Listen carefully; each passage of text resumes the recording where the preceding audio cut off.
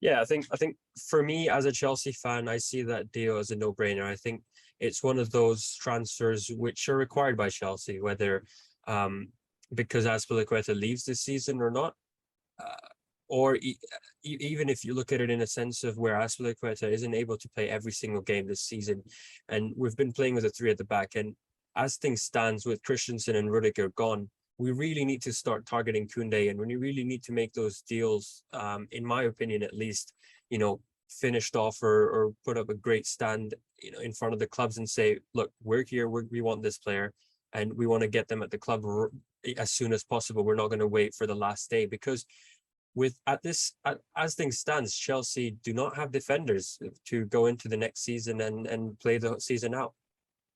Yeah, I mean, the centre-back is a key priority because you start looking at who's going to be alongside Silva, and it's worrying from a Chelsea fan perspective. And obviously, if Azpilicueta goes, then a wing-back or a right-back specifically would be needed as well. And Chelsea's main priority is that defensive area. But the signings needed throughout the spine of the team, the centre-back, the right-back, the keeper situation, even though that won't seem urgent from a fan's perspective.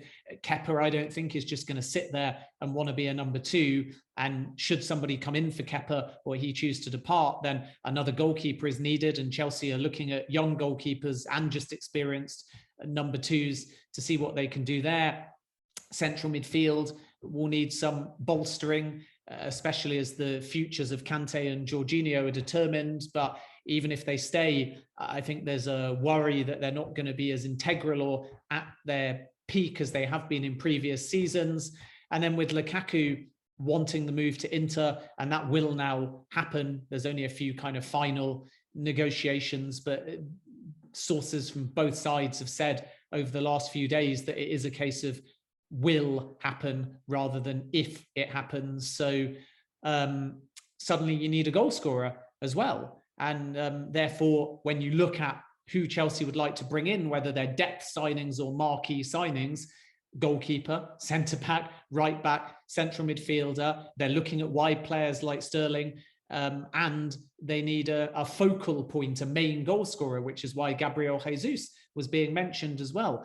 That's 5 or 6 signings all throughout the spine of a team in different positions. And not all of them will necessarily be signings that Chelsea don't have cover for, and not every single one of them will be a start every game signing.